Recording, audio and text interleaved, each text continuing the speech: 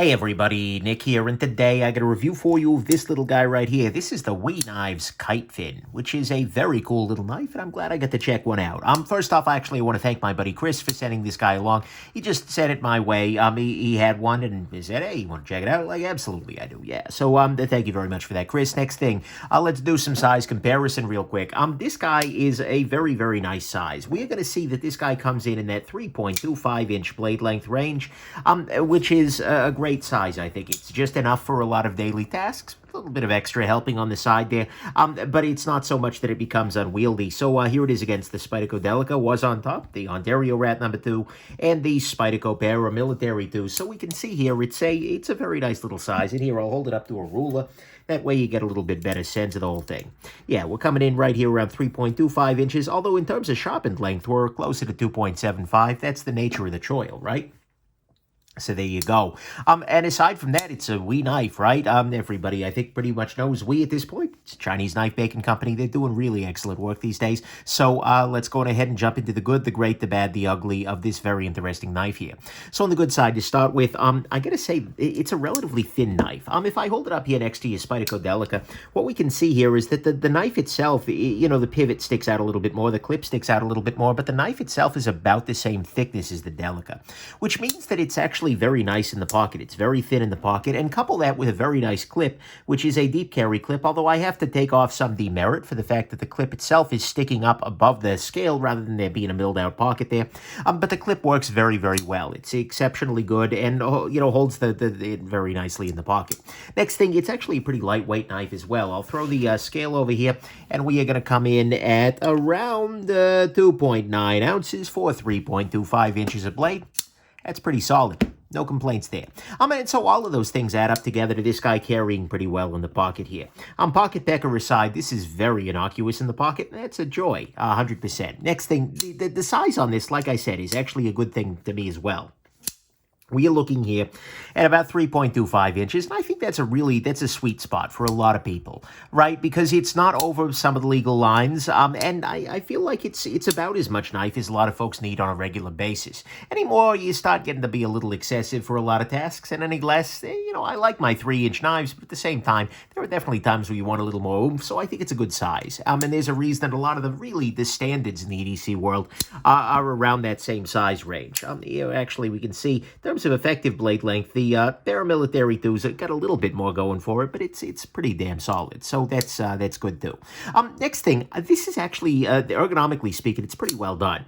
What we have here is a relatively smooth handle, but when you choke up here, when you put your finger in this finger choil, this disappears in the hand pretty nicely. I mean, it doesn't disappear, it's sticking out, of course.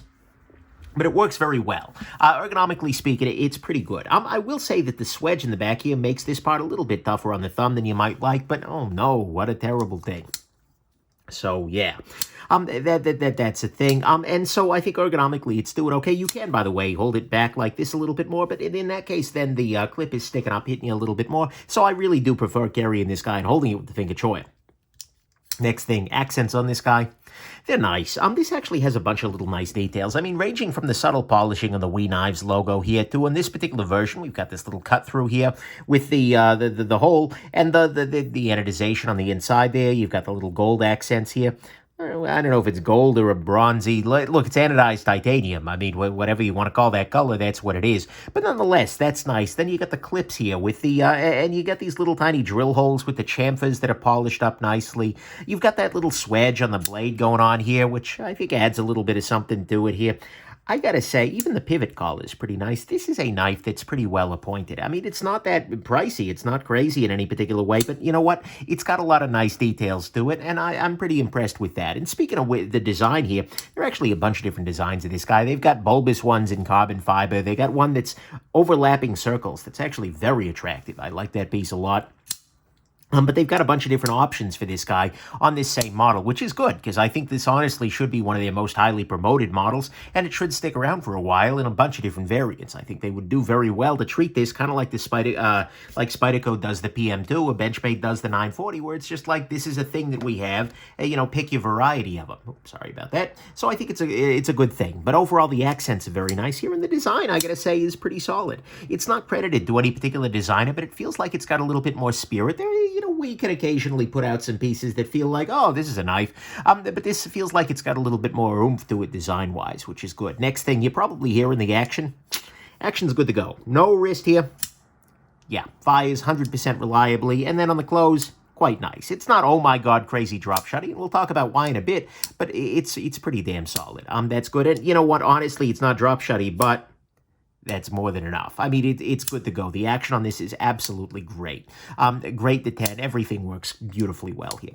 Then finally, on the good side, the value on this is great. This is $160. Now, $160 for a titanium frame lock already would have been completely insane some time back. But then given the quality here, given the excellence, given the overall approach, this is good. This is real good. Value-wise, oh yes. This is super-duper competitive, and this is punching above its weight class. By the way, look at the little bit of weathering here on the DLC that's letting that little bit of that anodization peek through. I mean, I'll say it later in the conclusion, but, 5 years ago, people would have happily paid $500 for this. I mean, we have really, the market has gone way uphill. I think that's the way you would say it. Look, the bar has raised, let's put it this way. This is a $160 knife, but oh boy. So the value here is good. They should keep it right where it is. Don't raise the price, damn it. But at the same time, it feels like great value. So to me, all that is the good.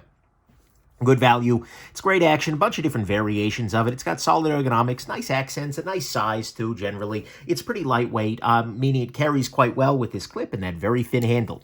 The great side to me, the blade on this is great. This has got very thin stock. I mean, this is very thin stock.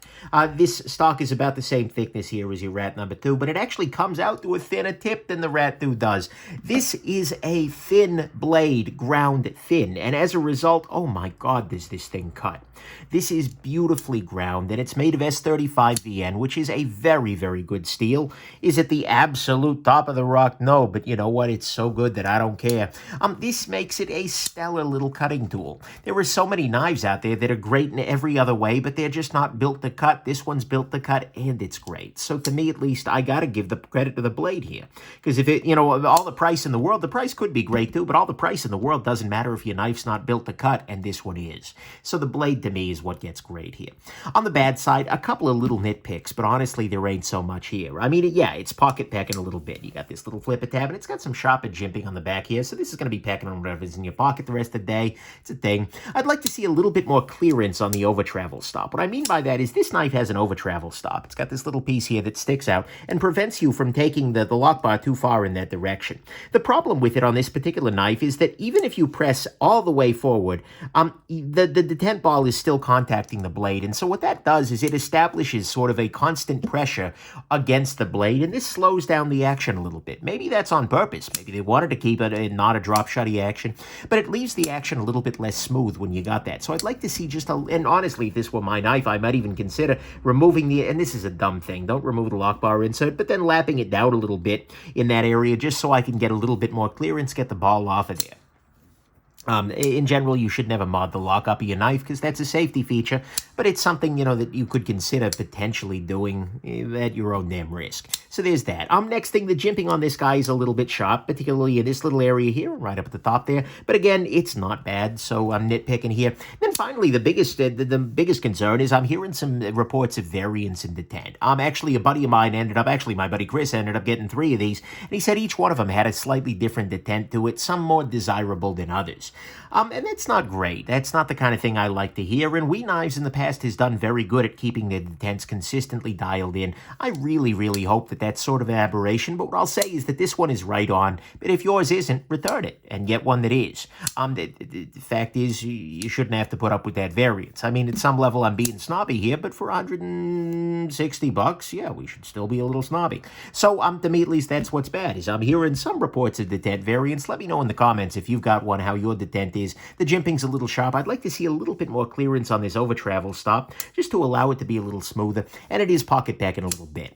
On the final conclusion front, this is a knife that is just stellar. I think, who is it? Like Blade HQ has on their website, this may be the very best everyday carry knife of all time, or something, or out there. They some big superlative, and I remember looking at that and thinking, wow, okay, Blade HQ, someone's got to sell some knife, but It ain't so far off. This is a knife that's just stellar. It's in a great size range for EDC. It's nicely designed. It's got good details, good action. It carries great, and the blade is just stellar.